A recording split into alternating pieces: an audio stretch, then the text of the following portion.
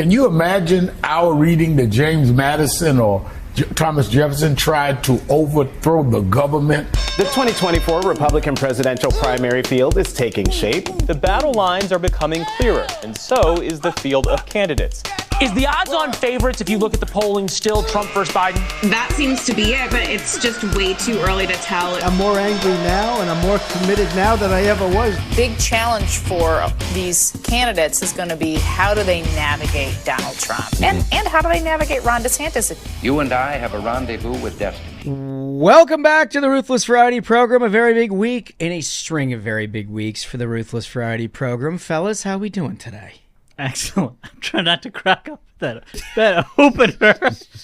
Can you imagine if Thomas Jefferson was called out for trying to overthrow the government? Yeah. That's like his claim to fame. Like what? It's like Michael Jordan playing basketball. Can you imagine if Thomas Jefferson wrote this whole document about overthrowing a government? And what if he called it the Declaration of Independence? Shit would be wild. Imagine if there was a conspiracy that involved James Madison and George Washington. It would really be something. It is amazing how dumb the collective commentary on politics is today, isn't it? I mean, it's sad, honestly, because, things are getting increasingly worse for the American family. You see the numbers day by day. I mean, even Kamala Harris herself was forced to admit that statistic of the average family in America would go bankrupt if they had a surprising $400 charge come up. Yeah. So, I mean, in a time like this, these kind of idiots are the ones who are trying to provide analysis for folks to understand what's going on. I think part of the problem, sad. Look, we are probably the biggest supporters and purveyors of the opportunity that Americans get by alternative media. Mm-hmm. And the fact that you don't have to go through corporate media and the same old bullshit that's left-leaning, that gives you a skewed view of the world, that spends 4 years basically trying to train people into believing things like Russiagate are serious. Mm-hmm. All that being said, you look at the internet today, and every once in a while you wish you could winnow down the field a little bit. I mean, boy, oh boy. Boy, oh boy. What a bunch of dumb shit. But you're going to get smart shit here on the program today. First thing I want to start with is we've got this trip, 2 trips coming up. 3 trips coming up. My God, look at us, the hardest working people in show business. Very busy. Really August. Yeah, you're right. There's 3. The first one is going to be in Iowa. Mm-hmm. And we announced yesterday that we've got a nice little slate card of headliners. Obviously, that starts with Governor Kim Reynolds, who we don't go into the state of Iowa without discussing and planning and making sure that we're doing everything right. Her team is just absolutely terrific, and they're just like absolute concierge service for everything that you need to know about Iowa. And Joni Ernst, a longtime friend of the program. She's got hilarity. She's smart. She's fun. She, again, somebody if you're going to Iowa you got to talk to. And then we got 2 presidential candidates that are sort of making a lot of noise these days. That's right. Nikki Haley, who's been on the program before during the presidential, and Ron DeSantis. Mm-hmm. Ronnie D's making his post-presidential announcement debut.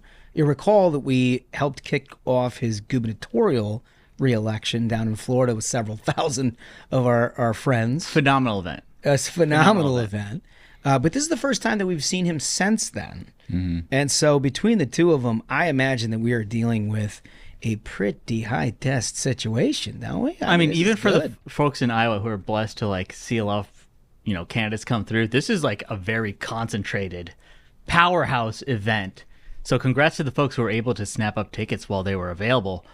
You're going to have a hell of a show. You're going to have a hell of a show. And we're going to do it the Ruthless way, which is having fun, maybe drinking a cocktail or 2. Playing a couple games. Playing a couple of games. Yeah. Enjoying ourselves as we always do. Yeah, I mean, we're going to sing, we're going to dance, we're going to entertain. That's exactly right. That's exactly right. So that's what we're doing in Iowa. And then we go to Milwaukee where we're doing... Oh, no, before Milwaukee. We go to Georgia. We're going to Georgia. We're going to Atlanta. You're right. Atlanta. Stand corrected. We're going to Hotlanta. Yeah, with Eric Erickson and his annual event there. There's a huge list. A bunch of other Republican presidential candidates are coming down to that. Yeah. Yeah, it's called Gathering. 2023. He did variations of this over the years. So, I mean, we're really excited to be a part of it. It's going to be a lot of fun. I think we're doing lunchtime, like post-lunch or whatever. Yep. But lunchtime entertainment. Well, we're going to get the crowd going. You always roll the dice a little bit when you give us before 4 o'clock. Yeah. You know what I mean? Because you never know. It could be a big hit, but you never know. You never know. You never know.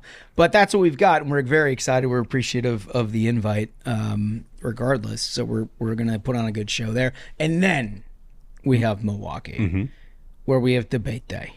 The game day pregame show, Debate which is going to be day. incredible. It is going to be incredible. We've been talking a lot about it, putting together all the particulars. And old Wolf is really busting his hump, isn't he? I mean, it's all these things are a lot of work, and we got the best person for the job with the Wolf. It really is. But I'm also surprised of all the people who are coming out of the woodwork that are like, hey, how do we help? How do we do? It's just great to see. Yeah, it is. Good, solid people, followers of the program. Well, we'll do our very best. They believe in the product. They believe in the product. Well, and just a heads up to anyone who's reached out or DM'd or emailed or whatever about Milwaukee. We're still trying to figure out some of the logistics there on everything. But as we know more, you will know more. Yep. That's exactly right. And as my understanding is that, like, everyone who shows up, you get to party. So, like, if we have 10,000 people show up, that's going to be cool with everybody. That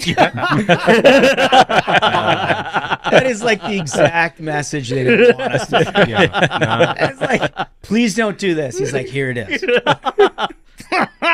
Classic smug. We also have a great sponsor of today's program, Citizens Against Government Waste. Tom Schatz in the program today. He's going to talk a lot about Lena Khan. We've talked about her on this program before. She's a huge problem. And huge problem. We've let our folks know what a problem she is. Yeah, we have, and he does a great job at actually singling down it. And his organization is terrific. I was saying in our interview, which you'll hear, I've relied a lot on their information over the years, and I know a lot of congressional staffers do the same. If you want to get in on the in, you should go to their website and check that stuff out. It's also, I think, important for people to realize, like, this is the most radical person in the entire Biden administration, and you don't normally see that from an FTC commissioner. Yeah. Normally you think, like, that's who they nominate to the Supreme Court, or, you know what I mean? Yeah. Like, that's the thing that grabs all the headlines, but, like, sneakily, she's been a really big deal. And so I hope people stick around for that interview. It's interesting. Yeah, we called that one from the beginning. So let's start with some political discussion, shall we? Sure. So there's an awful lot, clearly, when you're dealing with an indictment week last week, there's an awful lot of blocking out the sun when it comes to the presidential race. Everything is sort of like determinative on what the news media thinks is newsworthy. And of course, why would you ask presidential candidates what their vision for America is when you can ask them about the latest like process drama or legal drama or whatever that has nothing to do with their campaign and everything to do with their opponents? We've seen a lot of that. Yeah, and I thought it was all sort of encapsulated best on ABC this week when Doug Burgum, who we had a great interview with the other day, was on with Stephanopoulos. And Stephanopoulos was pressing him on this very question. What do you think about the Trump? Here's the latest on Trump. And Burgum was like, people are worried about what Joe Biden is doing. Yep. I'm running against Joe Biden. And by the way, you haven't asked me about Hunter Biden. Bingo. And Stephanopoulos was like taken back, like, oh, Hunter Biden, tell me about Donald Trump. And Burgum wouldn't move. And I think, and we've talked about this before, but I think this is sort of an indicator that some of these candidates are getting a lot smarter when it comes to interviews with the mainstream press. And can I say, like, that shows how great a candidate Burgum is. Like, there was all this discussion when this latest indictment dropped about how, isn't it so convenient that whenever news comes out about Biden and the corruption of this family and this administration, okay, here comes an indictment and the media only wants to cover that. They don't want anyone to hear a peep about this. And Burgum goes straight to it. He's like, why is no one in the media trying to discuss these facts, which are now being presented to us? House Republicans have been investigating this.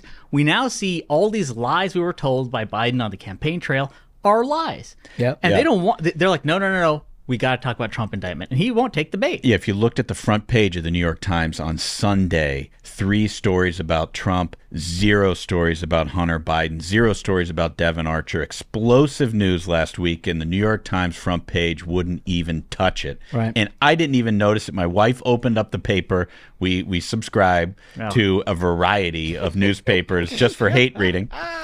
My wife looked at the paper. She was like, "You got to be kidding me." They get themselves all. It's worked all up. about Trump. There's nothing about Biden. How is that possible after the week he just had? Yeah. And it shows the bias in the press. And, Stephanopoulos, of course, he was a former Democrat press secretary, but he's a guy who has a show right now. He wakes up in the morning, looks at the front page of the New York Times on Sunday, and he's like, there's no incentive to talk about Hunter Biden at all because nobody in the media is talking about it.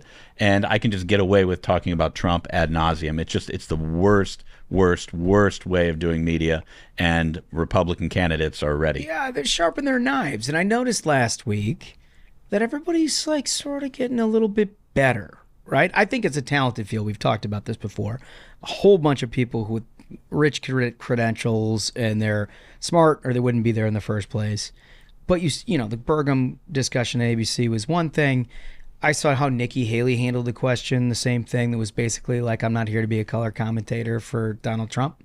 I'm here to run for president.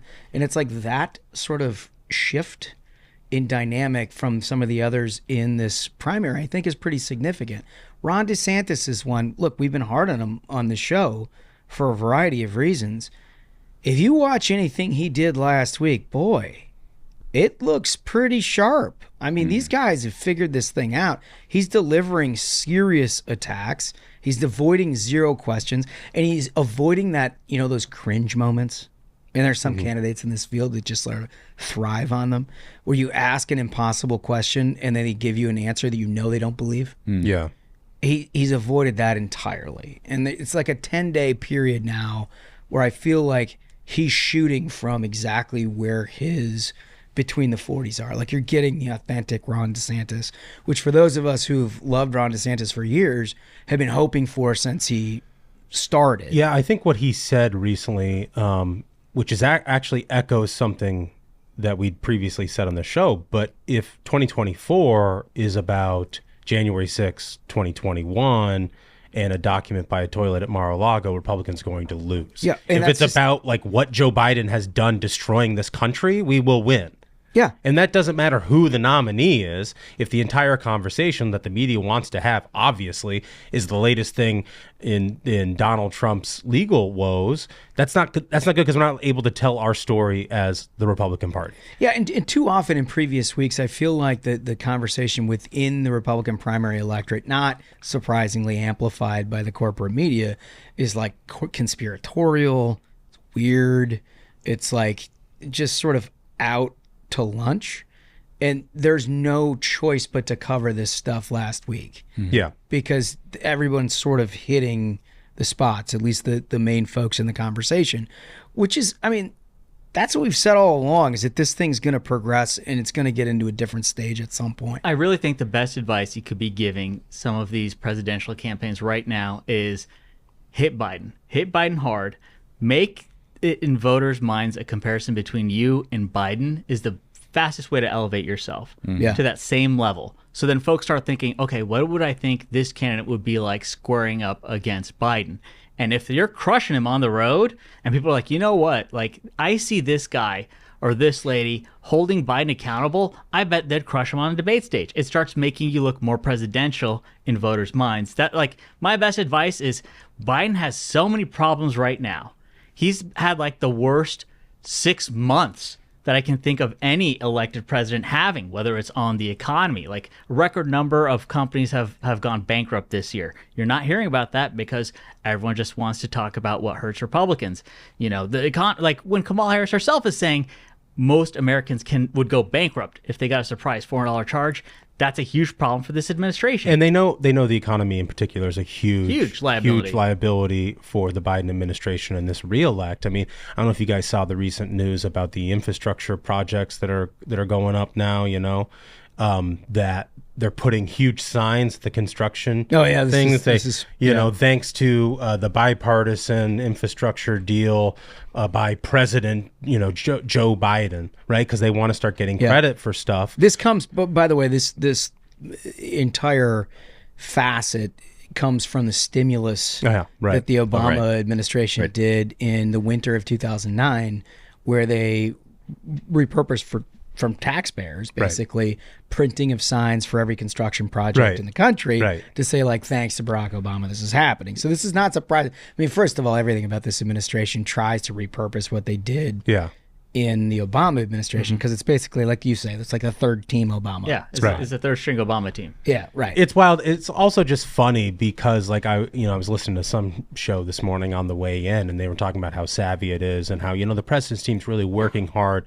to get the credit they think they deserve on the economy and all of this sort of stuff. It's like, bro, you remember when, like, Trump tried to send out like stimulus checks to people during COVID, and they went nuts because it would have his name on it. Yeah, do you remember that shit? I do. And then when Joe Biden's trying to put a sign next to every construction project in the country, they're like savvy, very savvy. Oh, smart, smart stuff. Well, guess who isn't buying it?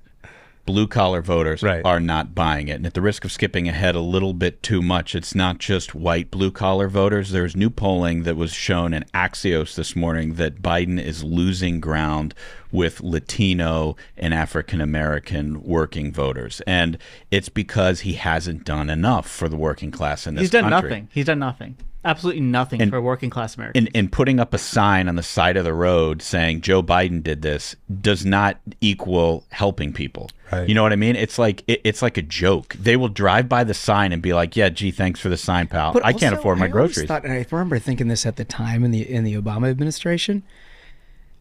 Is it just me, or is it every construction project come at like the worst possible fucking time? Right. So like, Saturday is nothing going on, and like overnight there's nothing. Monday at like 8 a.m. when everybody's going to work, now we got to close all the lanes. And you know what? Let's slap a sign on saying that thanks to Joe Biden. I like this dad commentary. You know what I mean? No, this stuff grinds my gears too. It grinds my gears, and then you look out and you're like, really? Like at absolute rush hour is when we're gonna close. No, get the cones out. Now's time. You know what? Here's my guess: is like the consultants were like, "How do we get the most amount of people to see Joe Biden's?" Yeah. Well, you stop them when they're on their way to work. Never mind the fact they got a purple vein in their forehead from pure blood pressure sitting in traffic. Mayo Pete went back to McKinsey, went into the lab with the consultants, and they were like, "All right, so peak rush hour, we'll get the most eyeballs on these signs." I think that's exactly right, Smug. McKinsey's like, "Okay, Pete, we got two ideas. So we slow down traffic so everyone sees a sign, and then also we fix bread prices." Bread prices? He's like, I'm 100% with that. Yeah, how do we make that happen? God, I know. Well, to your point on this poll from Axios, this is the lead of the Axios story. One of the main reasons President Biden is struggling in the polls against former President Trump is his glaring underperformance with constituency that has long overwhelmingly been Democrat, non-white voters without a college degree. Yeah, that's what you're hitting here. Mm-hmm. And we're getting that across the country. You're seeing the shift that's happened over the last 4 or 5 years where you're dealing with predominantly working class Americans that have largely been union driven, that are voting Republican, and now they're like very driven to vote Republican. And one thing specifically when it comes to this administration's economic priorities and their legislative priorities is it does nothing for working class Americans. Specifically, it shows how out of touch this administration is, that they're all a bunch of, Ivy League consultants, because they're like main thrust right now. Their biggest fight, what they want to take up is how do we get taxpayers to pay for college loans? Mm-hmm. Right. This is essentially, if you look at the demographics of where the individuals are who have their loans forgiven, it is straight up in the coast. That's where the majority of the debt is. These are kids. And also, if you're concerned about it, it's because you get a worthless degree. That's the thing is, these are overeducated people who chose to go to college for a degree that could not earn them a living, that could pay for this degree. However, this overwhelmingly rich, white, coastal, liberal group now is like, why don't we have the government pay for my debt? How does that help working class people? And like I said right there, it said he's losing ground with folks who don't have a college degree. This is the backbone of America. The working class in this country are the backbone who have kept this country together, and he's done nothing for them. This is a handout to his friends. That's all it is. I think the other thing in here, and it's noted in the article, is that for these people that they're not buying into the woke ideology stuff, this super progressive worldview. It says Teixeira, this is a guy from American Enterprise Institute, notes that The progressive worldview that racism is systemic in our society rather than coming from individuals with racist views is broadly unpopular among the non-white working class. Oh, wow. Oh, weird. Wow. Maybe because they have lived experience. I don't know. Maybe call them Latinx a couple more times to come around. Keep doing that. Keep doing that.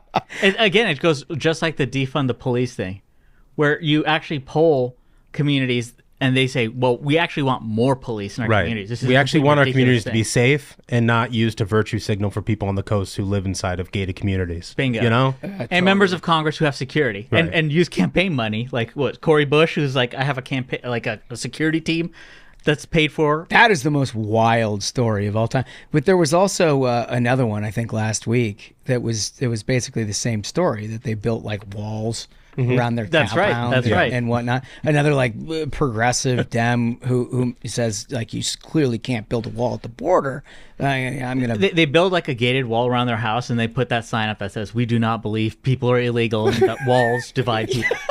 Great job. Good stuff. Well, Duncan was quoting this to share a guy, and one of the other reasons that he cites for why these Latino and African American voters are dissatisfied is they think that the Biden administration is pushing this transition from fossil fuels to renewable energy too quickly. In other words, he's eliminating trucks and he is trying to replace them with electric cars that these people cannot afford. Yeah. And they're thinking, nor how am I would going to get... would they want to, by the way. Right. How am I going to get the stuff that I need to get from my house to my job site without the truck that I use every single day? And by the way, I already can't afford groceries. How am I going to buy this car that I can't... They can't even make enough of these cars. Yeah. They can't. So like it's... And the demand isn't there. Like we saw recent polling numbers of where Americans just don't want to buy them. That's Right. I want your average progressive Dem to roll up with like the fully electric pickup to a construction site, like, ooh, and then stop and throw it in park and get out and be like, "What's up, fellas? Hello. How you doing? I have brought progress." I mean, it's just, I'd love to see the look. You know, they're gonna Yeah. be totally surprised when they get their asses handed to them. I know. Speaking of asses handed to them, did you guys see that baseball fight over the weekend? Yeah. I did. Did you see this? No. All right, so you've got an incredible dynamic that played itself out between the Chicago White Sox and the Cleveland Guardians. I'm going to be respectful of the Cleveland name. Whereas a double's hit by this dude and he slides in. And Tim Anderson, who's a shortstop for the White Sox, who's been an all-star, having a down year, slaps a tag on. The dude doesn't like it and stands up. Tim Anderson, this guy, drops his glove like he is in the NHL. I mean, I've never seen it in baseball before. Oh, I saw this clip. Yeah, continue. But he drops his glove and puts up his fists like he is Bob Probert of the Chicago Blackhawks. Yeah. And this dude is like starting to square him up, and he starts throwing jabs. And I was like, oh shit! At first, I'm watching this thing. I'm like, it looks like this guy can fight. And then like other people start coming in, and he leans towards his left side. Meanwhile, the guy that was sliding in hits him with the right hook. Yeah. Boom. And it was just like a wild haymaker. Like Yeah. it was completely. He wasn't aiming for anything. He walked right into it. His bad footwork. I also loved that the ump was like, "Hey guys, break it up," and then like after maybe 0.2 seconds, suddenly he's like the boxing guy. That was the radio guy, the Yeah. radio play-by-play, and the ump were spectacularly transitioned between baseball and boxing. Right. Like immediately the umpire steps back and like gives the hand gesture like, let's go. Get it on. Clean, we know Clean fight. And you got the radio guy being like, down goes Anderson! Down goes Anderson! Oh, it was great. just like, I mean, that's great sports. I mean, when he was like walking off the field, he was like out on his feet. Yeah. Yeah. No. He was knees were dazed. He was buckling. dazed Yeah. after that punch. I Yeah. mean, it was straight to the regretful. chin. Real Straight to the regretful chin. stuff. And this is the time of year, by the way, if you haven't noticed, sports are getting back into things, right? It's like the doldrums of July and June, they're over. You get football is back in full effect, and we're going to get like actual college games here. I saw a tweet that said there's going to be an NFL game at least once every week until like February. Yeah, preseason starts this week. Great Can't news. wait. Love to see it. It's just so great, and I can't express the love that I have for this time of year. Also, Yeah. I hope there's more fights. That's some of the best stuff. You want Yeah. like pure It's fights? exciting. It gets people involved. As long as no one gets like seriously hurt, Just let him fight. Have a good time. For those of you who are not baseball fans, you're still going to enjoy games at this time, because I noticed something switch over the weekend where you went from like the summer, you're just grinding out 80 games, to like all of a sudden there's a pennant race going on. Yeah. And every one of these stadiums is full. There's like high anxiety. I mean, look, the Guardians and the White Sox aren't exactly fighting for the pennant, but like there's But at least they're fighting. There's a fight on the field. I mean, this stuff's getting exciting. Yeah. Oh, I love every second of it. All right, so speaking of getting exciting, we like to break down a little bit on the Ruthless Variety program stuff that you're not seeing and hearing in the news, but it tells you a little bit about why you may or may not be seeing and hearing a lot of candidates that are in this presidential election. And one way to do that is a breakdown of what people are spending. Mm-hmm. And this blew my mind. Axios had a piece, 2024 presidential candidates are burning cash fast. And this was the burn rate. So what we mean by the burn rate is how much money you've raised versus how much money you've spent. And that's like 100%. If every dollar comes in and you spend it's 100%. The top of the list right now is Senator Tim Scott at 109%. That's pretty high. Now So that's when it's over 100%, I mean, it's more spending than is coming in. That's exactly right, Smug. Thank you for following along. Just making sure for everyone. Yeah, no. I'm glad you're doing He's that. the voice of the listener. That's exactly right. That's exactly right. But I mean, look, he put together a Senate race that was largely not contested, where he raised a whole bunch of money, perceivably to be prepared if he decided to run for president. So he's got this luxury. It's not like he's gone broke. But 109%. The next closest is Doug Burgum at 69%. And remember, he's the one that came up with the whole deal to pay $20 for every dollar that you donate. Yeah, I think he just doesn't care about what the bill looks like. He's got it covered. Yeah, he's ready. He's here to play. He's fine. He's here to play. You got Ramaswamy, another self-funder. Yep. That's in there at 40%. No, 53. 53. Or 53. Yeah. I'm sorry. DeSantis is at 40. And that's the thing. The funny thing is you've heard nothing but discussion about the burn rate in the DeSantis camp. By comparison, 2.5 times. Tim Scott's 2.5 times. 2.5 times. That's a lot. I mean, a lot. You know what I mean? Like that. This kind of stat makes you question assumptions of everything you're hearing. I mean, if you were to read the newspaper, you would think that like the DeSantis campaign has basically piloted itself into a twin tower. Right. You know what I mean? Like this is just like the worst possible campaign. But then you look at this and it's like, well, I don't know. He's still in second place everywhere. That's a really good point. So you see DeSantis' burn rate is 40, Trump's is 39, Nikki Haley 35. It's like all right there. Yeah. It just seems like the real outliers here is Tim Scott. Well, yeah, Tim Scott's got, I think, 20 million still in the bank. Yeah, well, right? that's what I was saying. He started with a healthy sum. Yeah. So it's not like necessarily irresponsible, but it's certainly reflective of where you're at in the polls. But I think it's also maybe part of his strategy, right? Like he's spent a lot on paid media. I think he wants to sort of level up into that DeSantis tier if it's possible, and so he's spending at a faster clip. You also saw the spending that they're doing out of the super PAC, which is a lot. It's a lot of money. So maybe Tim Scott should try earned media. That's an interesting idea. Yeah, but he's also spending a lot of money. I'm just saying, like, I mean, where is his campaign is the thing. I guess, like, if you're in Iowa, maybe you're getting bombed with Tim Scott ads, but for the rest of the country, for the rest of the voters, where has Tim Scott been? I mean, he hasn't been on Ruthless. For like 109% burn rate, I would think this guy's like wall to wall, right? Well, he's, like Vivek is 53%, right? And I see him everywhere. Dude is everywhere. If there is a camera, Vivek is gonna be there. No, it's 100% true. He's got his kid on a PJ shooting out videos. The dude is getting his message out there. I haven't seen Tim Scott anywhere. I did love that. And another thing about the working class in America, pay no attention to the G6 backdrop. Hey, worked for Trump. Yeah, no, it did. But you know what? I mean, look, you actually raise a fair point. Here on the Ruthless Variety program, we endeavor to have every candidate on and discuss. We've had Tim Scott on a couple times previously here to talk about his book that he wrote. One time when he was battling back against the far left in terms of wokeism and cancel culture, when he was dealing with like Major League Baseball and moving the All-Star game out of Atlanta, like a lot of good stuff.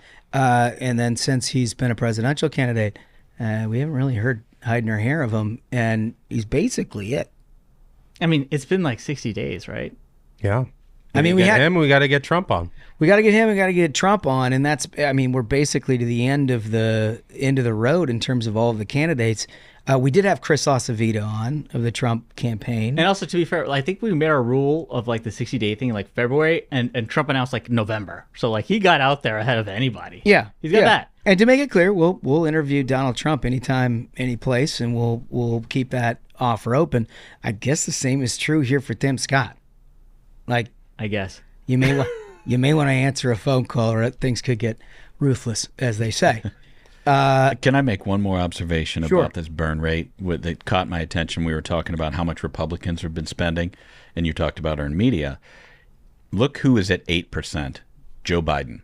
When the mainstream media is attacking all of your opponents ad nauseum every single day, and it's the only thing they talk about, you're a Democrat who doesn't have to spend money. That's it. I think that's right, but I also think it's indicative of the fact that this guy's not actually running a campaign. Like, yes, he has the luxury because of what you just described of not actually doing that because the media does it for him. But he started later. I mean, I noticed, like, what was it, 3 weeks ago? They're like, hey, he's going to do a campaign headquarters in Roslyn or whatever. I mean, that was like a good year and a half later than every incumbent president had set up a campaign. And like, there's just something weird about this whole thing. I think it just doesn't feel like. It seems like they're keeping all the infrastructure at the DNC, right? Like, that's where all the overhead is. That's where the people are. And they're keeping his footprint very, very small. But it makes you think, and I think this is where you're driving at, is like, you're keeping it all at the DNC, maybe in case there's somebody else. Who knows? Can I give you a conspiracy theory? I love conspiracy theories. I like that. So here's my latest, and I think this is actually, I'm actually partially right about this. It may not be exactly what they're thinking, but I guarantee you it's gone through their heads. I think Democrats know as well as we do that this guy's incapable of taking the main stage and actually fighting back on his own and making a case on his own, regardless of who the nominee is. I think that they thought for the better part of the last 2 years, as long as it was Donald Trump, it didn't matter. And they're looking at polls and they're looking at his own image and they're saying that's like worse than Donald Trump's. The ballot question is uncomfortably tight. And then they're looking at their principle and they're like, does this guy really have it?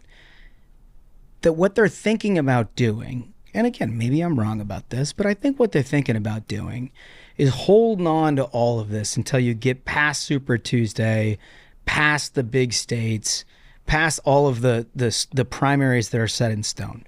So you get into like a May 2024 like time frame.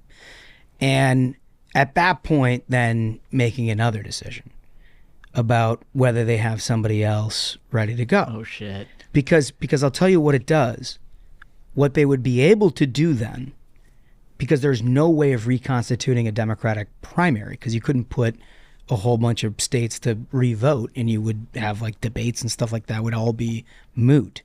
It would allow the DNC and more importantly Democratic establishment to select who their candidate is. So I've had the exact same thought. In fact, I have expressed it right here on the Variety program some months ago, and I was laughed at when I did so. This is fake news. However, and I feel like it is fake news. We can go back to the tape. Fake news, We'll go back to Ashbrook. the tape. We'll go back to the tape. You read this in the Times, Ashbrook? We'll go back to the tape.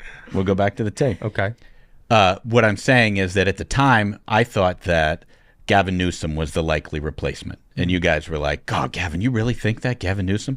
Maybe Gavin Newsom's not the only replacement option. He certainly seems to be trying out for that role. Yeah. Maybe there's somebody else. Maybe Kamala Harris is the option. That was my. Well, I said that for. Yeah, you've talked about Kamala, but I think the real important part of this, the reason why I think this actually has some bite right now, is that Democrats cannot afford a repeat of a 2020 presidential primary debate in this environment. Right. Like, you can do it amidst COVID when people are concerned about incredibly more important things in their own family and their well-being and everything else. And you put them all on stage and they're like, you know, who here thinks that everybody who crosses the border illegally should get free health care, and they all raise their hand. Yep. Like, that stuff can get blown through pretty quickly when your own existence is in the conversation.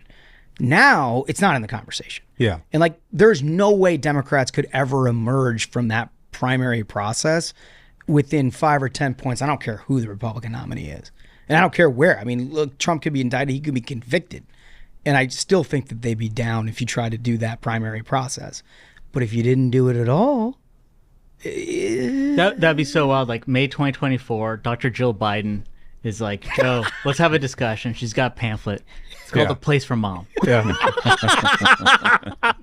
Do they have pudding, Jill? If you've noticed, I mean, Kamala Harris has taken on a more higher profile role in recent weeks. She's got, she's attacking Ron DeSantis and all of this sort of stuff. And look, I'm under no illusion that she could win a fair fight with the rest of the Democratic field. Like, no possible way. Like, she's a bad candidate. She didn't even get to Iowa in 2020. But she could win one they rigged for her. Yeah. And I think, my conspiracy theory sort of dovetails with yours in that, like, you get through some of the calendar and then you're like, oops, can't do it anymore. She's our gal, and then like, she's basically shoved down their throats. But like, think about if you're a Republican or a Democratic voter in like Nevada or South Carolina or New Hampshire or Iowa, and like they get all the way through Super Tuesday and then they're like, hey, remember that guy we said was the nominee? You don't get a choice anymore. They pulled a similar move to make Joe Biden the nominee. Right. Yeah, the South Carolina deal, the switcheroo. Yeah, they've done it before, and I think the outstanding question is, will the Dem insiders put up with doing it again? Yeah, they will. Is there a power center that is stronger than the forces behind Kamala Harris? No. Would Barack Obama rather have Michelle Obama at the top of the ticket?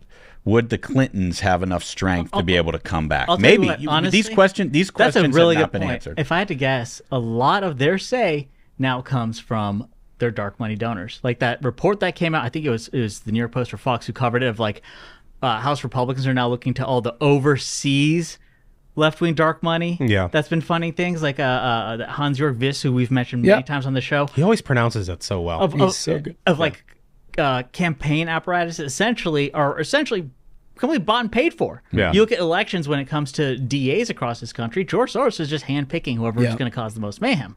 So those are the people who are calling the shots more than historically you had like the Podesta Clinton dynasty who was calling the shots. I think now, money talks with that part. They're still very hierarchical, no question about it. But if you notice, there was also an interview over the weekend by this congressman from Minnesota, Dean Phillips, who's like a quote-unquote moderate. Yeah. I don't know what that means. It basically means that you're a Democrat who like speaks nicely while delivering the knife to the working class. I don't know. A moderate Dem's a socialist, not a communist, essentially. Different socialist. That's a moderate. I guess that's probably right. But this Dean Phillips guy is like an entrepreneur or whatever. He speaks like inoffensively, shall we say. He was out on the Sunday shows and he was basically making the case that there should be a Democratic contest, that it shouldn't be a coronation. I think that was his words exactly. Mm-hmm. And suggesting that like maybe he might be interested in it. Well, Dean, whatever he is, he's not a part of like the Democratic establishment in terms of how these decisions are making. And like I think it's that kind of conversation that forces the hands of a lot of these people. You think he's a stalking horse for something real? Well, my sense is that a guy like that isn't in the inside of the conversations of the Biden administration and everything else. And they would prefer if that conversation stopped immediately. Uh-huh. But it can't stop because what he's talking about is an unbelievable truth, which is Democratic voters are ultimately going to put up another geriatric 80-year-old who we all know has shitty policies, has a bad record, and can't defend himself in public. Yeah. And like, are you going to walk into that just in the hopes that the indictments against Donald Trump are enough?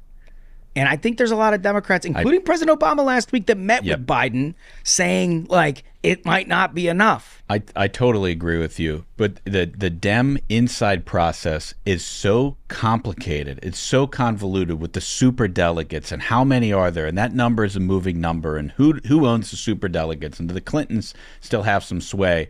I just don't know that Biden has the juice to be able to clean it up. Counterpoint, though, Hillary Clinton was counting on the superdelegates back in 2008, and they moved in mass against her. Right. So like there are other forces at play here beyond But that. that's what I'm getting at. I'm just, what is that force? But that's the exact same point I'm making, is like the Clintons were the strongest force in Democrat politics until Obama stepped on the scene, and all of a sudden there's a way to work around it. So like I just don't think it's so simple as Joe Biden dubs somebody. No, I don't think so. No, I think Obama. I don't think so Obama pulls a lot of the strings. If you get a chance, read that tablet piece. It's like 6,000 words on Barack Obama.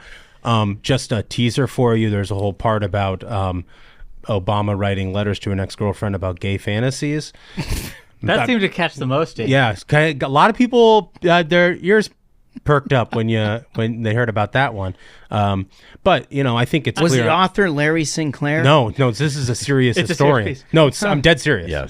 This is serious. And my favorite part of it, not to get too sidelined, was essentially making it clear that Obama's just an asshole, stuck-up dude who hates everyone except for people who have like a yacht. Right. If you can hook him up with a it's so true. It's like, I knew it.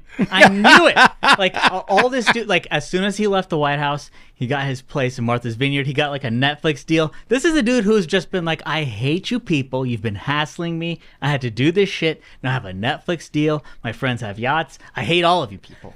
And it made it so clear. And I was like, this is who he's always been. But the primary source, one of the primary source documents underpinning this entire piece is an old letter that Obama wrote to an ex-girlfriend, and there's a redacted paragraph that this guy claims he has some substance on. And that's why never text your ex, dude. Take a look. Come back. Okay. Well, Take a look. I mean, I got to read it now. Here we go. This is amazing. This is when it came out 6 years ago, Rising Star was mostly ignored. This is referencing another piece. As a result, its most scandalous and perhaps revelatory passages, such as Obama's long letter to another girlfriend about his fantasies of having sex with men, read today to people who are more familiar with the Obama myth than the historical record, like partisan bigotry. Fascinating, right? Fascinating. There's a lot of stories about Obama that a lot of people didn't cover, I guess. Well, I don't mean, know. it was like for years they got rid of that photo that he had with what's his name, the Nation of Islam guy, right? Farrakhan. Farrakhan. Like there was an embargo of letting that information out. Maybe that wall is crumbling. Hopefully. Well, we'll find out. I want to go to this interview with Tom Schatz of the Citizens Against Government Waste, and when we come back, we're going to talk about the story you came here for this week. It's Hank the Tank. Now, Tom Schatz. I want to welcome to the program a friend of the program, and this is an organization that we followed, and we actually routinely use an awful lot of research from the Citizens Against Government Waste. Tom Schatz, welcome aboard. Thank you, gentlemen. Really appreciate being on the show. Listen, you're involved in so many different things. But the one thing that we've talked about consistently on this program that you have a particular interest in is Lina Khan.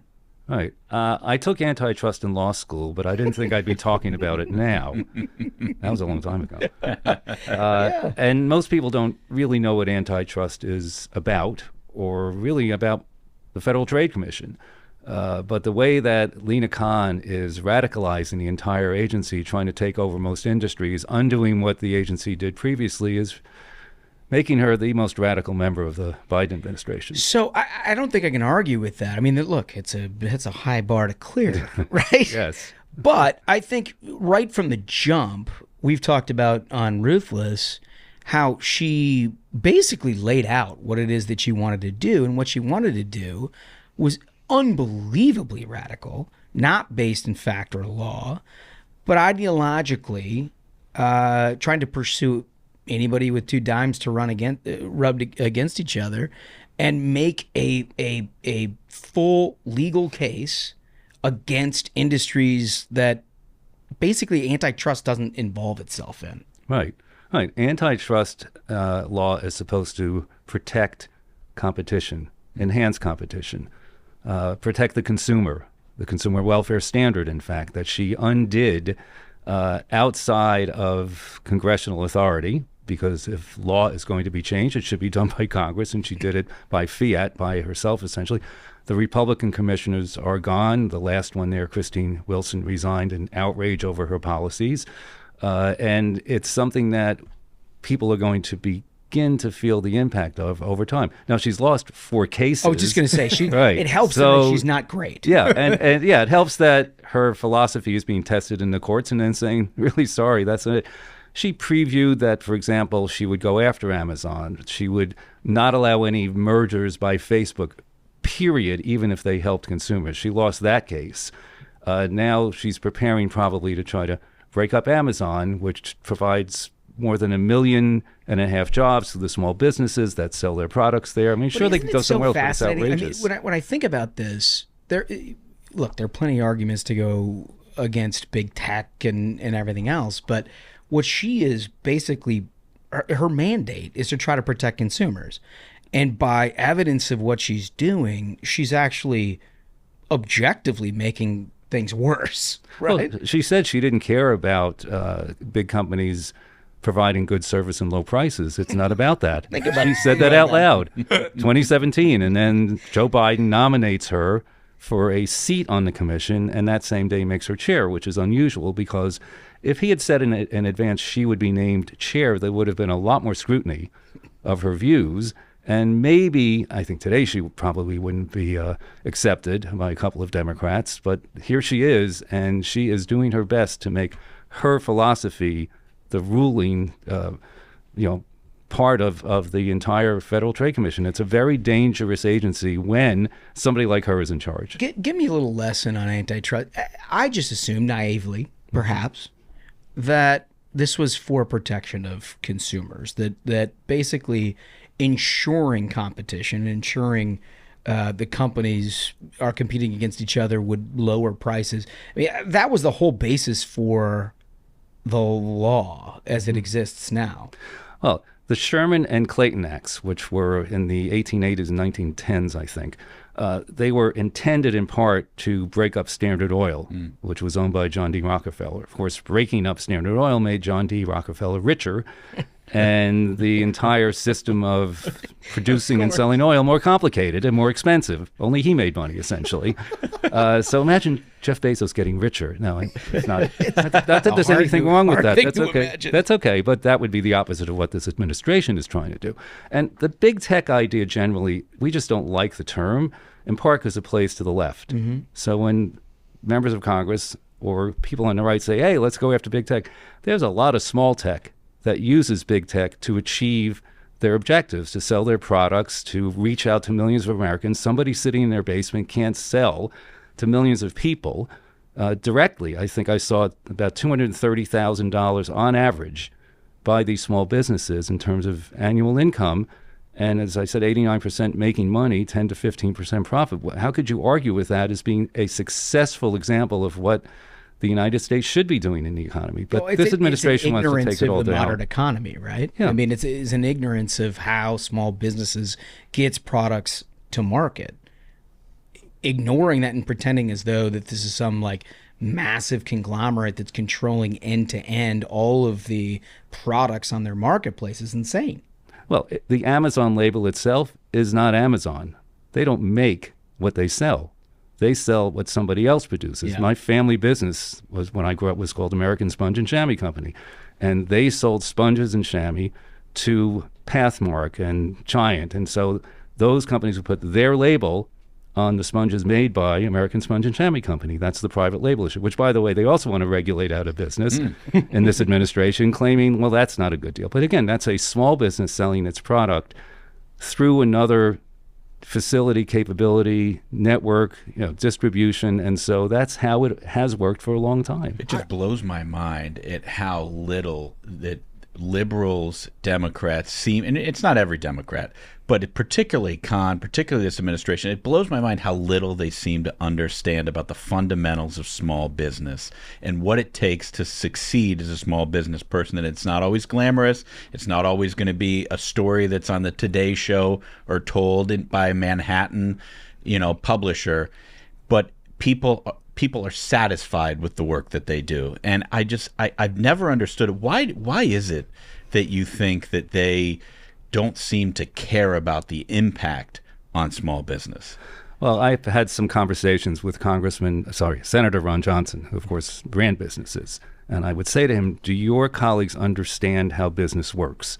Like, rather than spending money to solve a problem, you solve the problem and then determine whether you have the money to pay for that solution. He said, no, Democrats don't understand that. They want to create a program to solve the problem. Bidenomics is about raising taxes, increasing the size and scope of the government so the government can control all the decisions in every industry because, of course, they know better. So if you think like that the government knows everything and it's there to solve everything, then you don't even understand the other side of it. And they've never run a business. Yeah, I mean, I think that's the problem. They just don't get it. They don't know what it's like and how hard it is. And to say that this agency should be given the power to control most of the economy when they don't have that authority, it's really abdicating their own responsibility as members of Congress. So you mentioned earlier the 4 L's that Lina Khan has taken in court, under her tenure here. But the most recent one is this Microsoft Activision deal. Can you describe to us what happened there? Well, the Microsoft Activision deal, it's two companies that are not in the same business, essentially. Microsoft promised and in writing agreed that it would continue to carry Call of Duty, which was the big game that had been run across numerous platforms. And Microsoft is making it easier for people to access games across all devices, like they do with all their services. And that's really the simplest way to explain what the deal was all about. But this was, again, about Microsoft is too big, they shouldn't have this, and they finally convinced even the European Commission and Great Britain's like the last holdout. But she lost the case because it's in some ways a small acquisition for Microsoft. It is not anti-competitive, and especially the way that Microsoft approached it and said, we guarantee this will be there. And of course, the FTC didn't believe them, but they lost. And she tried to keep it going. She finally gave up. But they're just going to keep trying. Everything that comes along is wrong and bad. And somebody who says, I'm going to challenge everything Facebook tries to do and I'm going to break up Amazon, she's trying to keep those promises. Yeah, I mean, she didn't lie. I hesitate to ask you to play armchair psychiatrist here, but when you take those kind of high-profile losses on things that you say that you're going to do, and obviously the reasoning behind it is asinine, or she wouldn't have gotten her tail kicked on every single one of these. But yet she marches forward. Is it just, it's just straight ideological? It's just like, if you make money, I am coming after you? I mean, is that what it seems? It's what it seems from my perspective. Well, it's like Bernie Sanders on healthcare, right? Yeah. Right? Government-run healthcare, everything he does leads to government-run healthcare. Every single piece of legislation he introduces, and I don't understand why a single Republican would support any of them, but they do in some cases. It's the same basic overriding philosophy that just pushes everything else aside, whether it's a loss in the court, they'll figure out another. Look at the student loans, right? The Supreme Court said to the administration, like, you can't forgive student loans. What'd they do? They found another obscure law from the 1960s and said, all right, we're going to forgive some of them. Now, that'll be challenged again. Probably they'll lose that one. But, you know, they're just pandering to a very small group of really left-wing radical people that think the government should control all of this. Oh, it's just, it's unbelievable. And look, having interacted with your outfit for many years at Citizens Against Government Waste, you guys keep an eye on all of it. It's not the spending, it's the policies as we're talking about here today. I feel like you all make an incredible impact in terms of shining a light on what otherwise goes completely undiscussed. And I wonder, is that frustrating? I mean, the fact that there is no media here to discuss. And there's still a lot of waste. Right. Yeah, I mean, there's still a lot of ways. You can't do everything, but like, you're an independent organization. You're not a part of the government. There's nobody overseeing any of this stuff. How frustrating. Is this a padded wall? I don't know. It's acoustical tile. I don't know. That's nice. That could be okay. I've been doing this for a long time. I started in 1986. I worked on Capitol Hill for 6 years for Congressman Hamilton Fish Jr. when there were quote-unquote moderate Republicans, and probably more getting done, not necessarily as bad as it is now. But I've really loved doing this. We want to eliminate wasteful spending. We're not worried about going out of business, especially now. But we do try to get across the consequences of failing to provide government services efficiently. And that's the other part of, I mentioned Senator Johnson earlier, like how much money would be saved if everybody got what they needed from the government and only what they needed from the government, like not 10 different programs or 133 broadband programs and still people aren't connected. There are so many examples of duplication, overlap, waste that the programmatic piece of it, like, I'm going to fix this. I have a subcommittee. You've worked on the Hill. You know this. That's what we want to do. That's all we know how to do. We know how to create programs and spend money, not solving problems. Listen, you provide a valuable resource that I know when I was on the Hill was incredibly valuable to pushing back the expansion of government and just the idiocy of new stuff that people could come up with. It sounds like mom and apple pie and ends up to be redundant and destroying the taxpayer's value.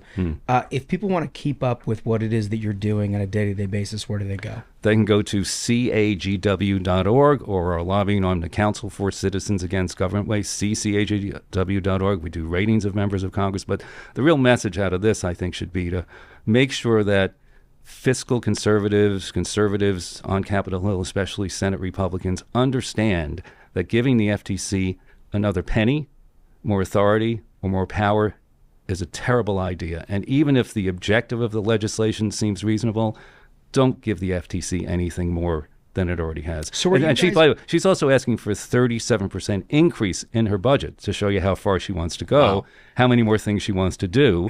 Before we let you go, I want to put a fine point on that. So their appropriations request is 37% higher? Yes, $160 million more than they're getting now. For those of you who don't follow this granularly, what it means is that the budget request that they sent into Congress, which obviously they have the right to fill or not fill, is 37% higher, despite the fact that she's coming up snake eyes on everything that she's doing.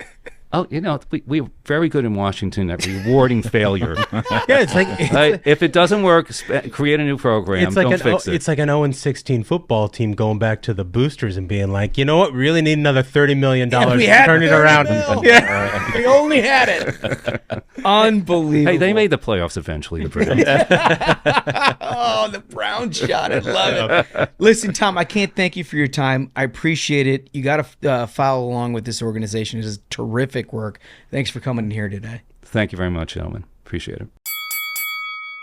So, look, smart guy. If you ever need to know anything about antitrust legislation, he's your man. Yeah. That guy knows everything there is to know. They're also all over all kinds of different nonsensical bullshit that the federal government is up to. So we thank them for coming in. And for, again, like we said, we were very early on letting our readers know about how terrible Khan is. She's essentially just trying to destroy the country. Yeah. I'm hoping we get like House Republicans the same way that they're going roto-rooter on Joe Biden. They need to go roto-rooter on this lady, because all the programs that she wants to put in place, everything she wants to do is essentially to just destroy this country's economy. And the regulatory state writ large, like under the Biden administration, has been a disaster 100%. and absolutely crazy. I mean, one of the other things he was telling us after we recorded was, pay attention to the FCC as well. All that bullshit with net neutrality. Remember, if we got rid of net neutrality, millions would die. End of America. And end of the internet as we know it. Yep. And none of that came true, obviously. But they're going to start trying to bring some of that stuff back, too. Yep, no question about it. All right, you guys ready to tee off here? The main event. This is the main event. This is just like months in the making. Yeah. We have talked about Hank, the bear, for over a year. We've been following his crime spree. We've been following the organization that he's put together. Yeah. He's been apprehended. So according to the San Francisco Gate, Tahoe's infamous 500-pound bear Hank the Tank captured after 21 home break-ins. That's a number. 21. Lake Tahoe's infamous 500-pound black bear, nicknamed Hank the Tank, and they say for her massive. I've never known a woman named Hank. Yeah, this is a lie. This is the same thing they pulled with Hero Dog, the one who killed the terrorist. Yes. They were like, "Oh no, it's actually a girl." They make this shit up, dude. You know what Hank is? Hank is a badass. He was finally captured On Friday morning, according to the California Department of Fish and Wildlife, the bear had been linked to at least 21 home break-ins in the South Lake Tahoe area, causing extensive property damage as far back as 2022. Yeah, we've covered it the whole way. And these are Tahoe houses. These are pricey areas, to live in. So this is like, some Ocean's 12 shit this guy's doing. Yeah. He's not just like opening a door. This guy's jumping lasers and shit. A lot of ring cameras. Planning. Yeah. There's planning that's gone into place. But we shouldn't. Let's not underplay the significance of this moment. This is the equivalent of Paul Bremer walking out to the press and saying, "Ladies and gentlemen, we got him." Yeah. This is the same thing in the battle against the animal kingdom. Right. This is Significant. the big deal, but we'll get to the ramifications of what you just suggested in a moment.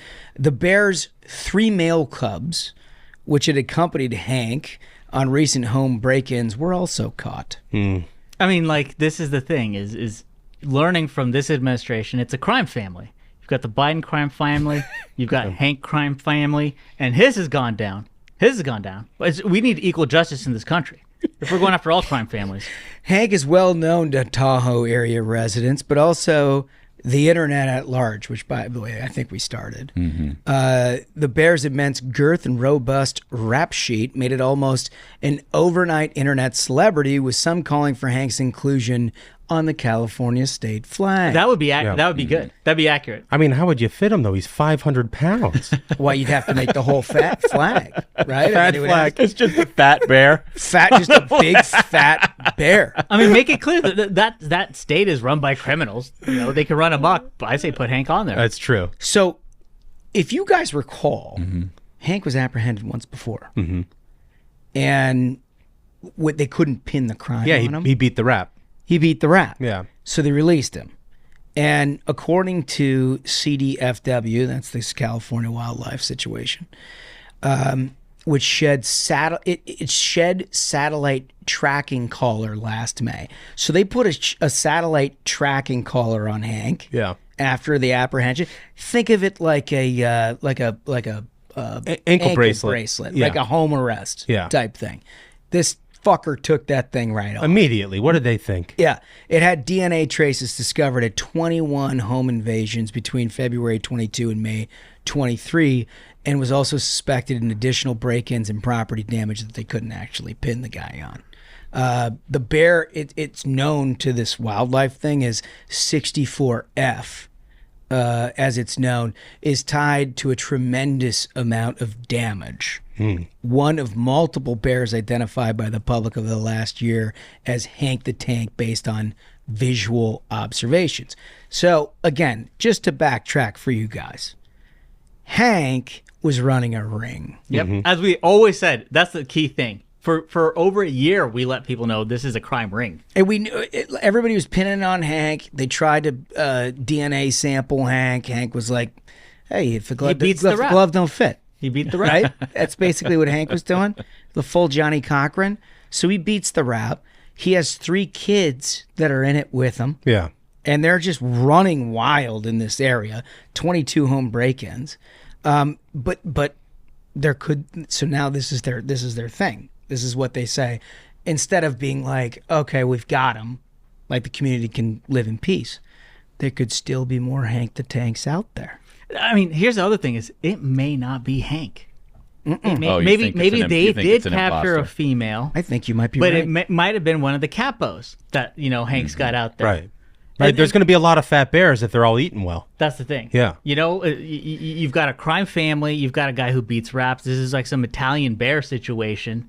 Clearly, he sends people out to do his work. He's the bear mafia. You're never going to get him on the phone saying that, push the button. He'll never make the call on, a phone because he knows about wiretaps. He knows the government's been trying to follow him. Shit. Right. He took off the geolocation. 100%. And as you recall, it's not just the bears. He's ventured into turkeys and monkeys and dogs and cats.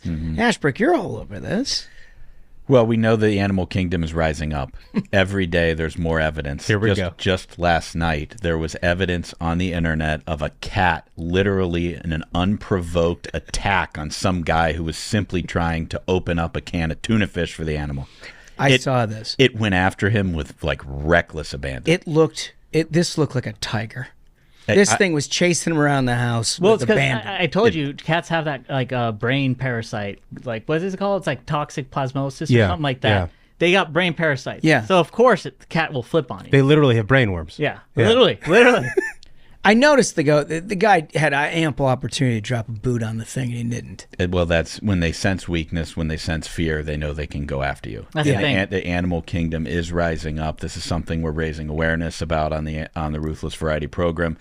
We either have Hank in custody or we have an imposter who's close to Hank. If it's not Hank, we're going to get to him. It could be Hank's wife. I mean, it's possible. This could be Hank's wife. The problem here is, the animals sense weakness because we do weak things. It says here more from the article. The bear's 3 cubs will be transferred to Sonoma County Wildlife Rescue with hopes that they can one day be released back into the wild. And the cycle of violence continues. And the cycle continues. But here's the worst part.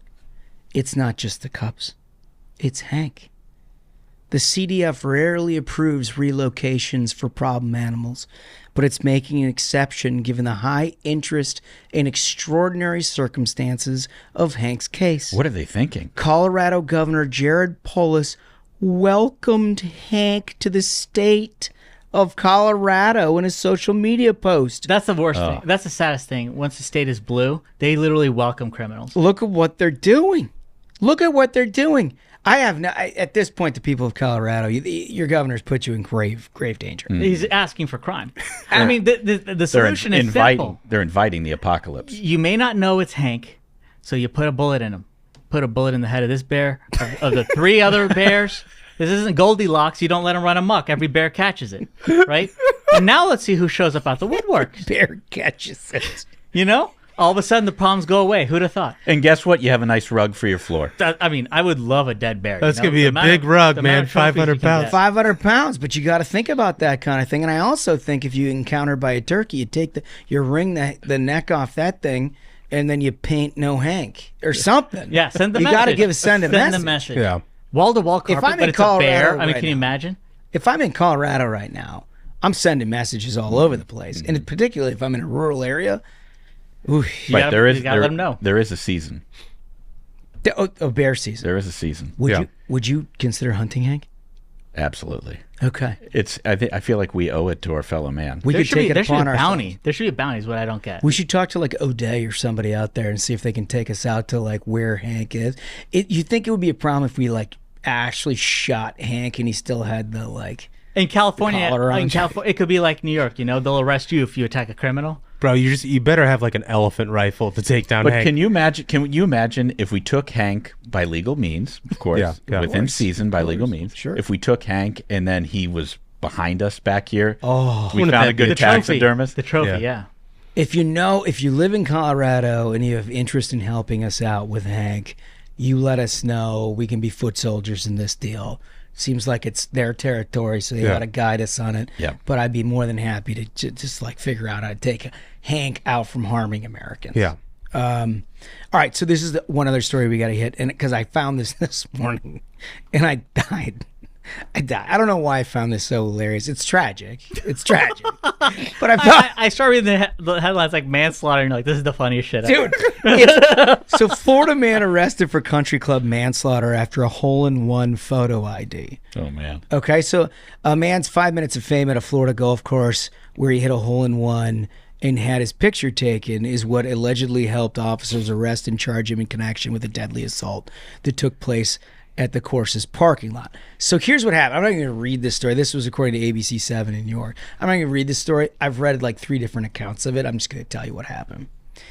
There was this dude, Zook, who he's 87, Dean Zook, and they're in the Villages.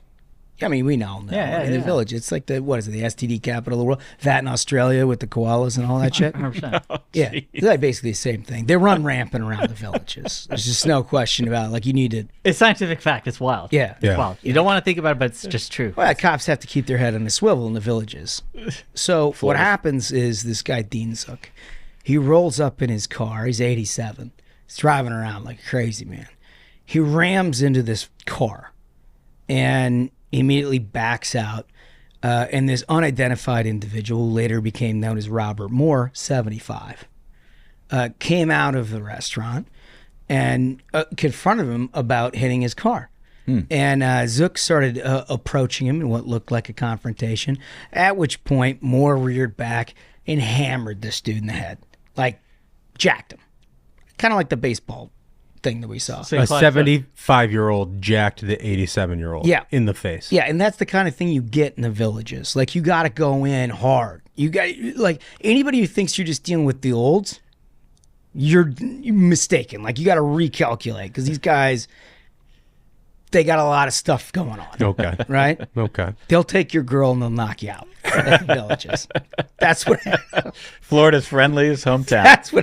That's what happens.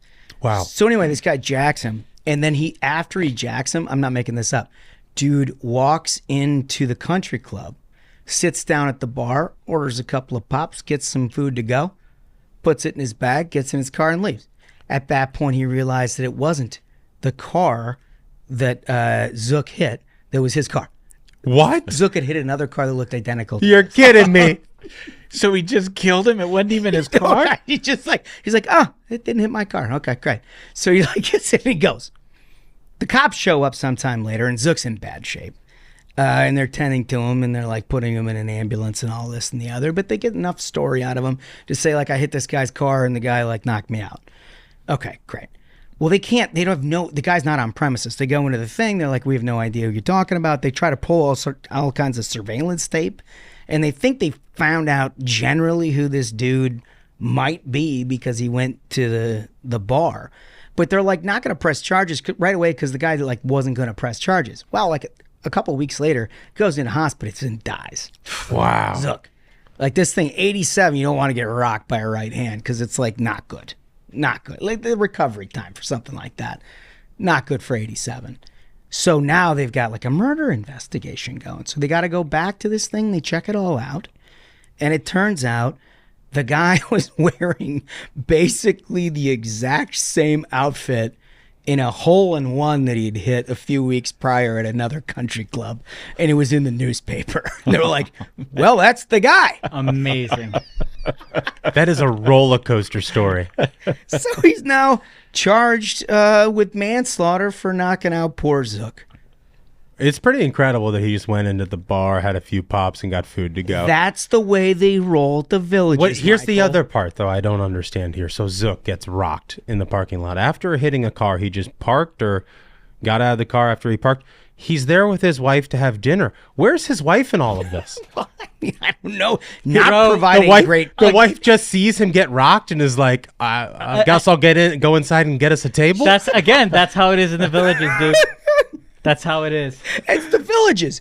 You got to keep your eye on the villages. I mean, everyone's heard stories. I think we've discussed this on the show of like what happens in the villages. You know, it's a very old, elderly crowd who lives there, and like when one of the members of the couple die, there's like a sign that gets put in front, like, "Oh, my dear husband John, he passed away." Yeah, they're like, "What's There's up?" like 2 weeks of grieving, and then it's just like every dude's knocking on her door.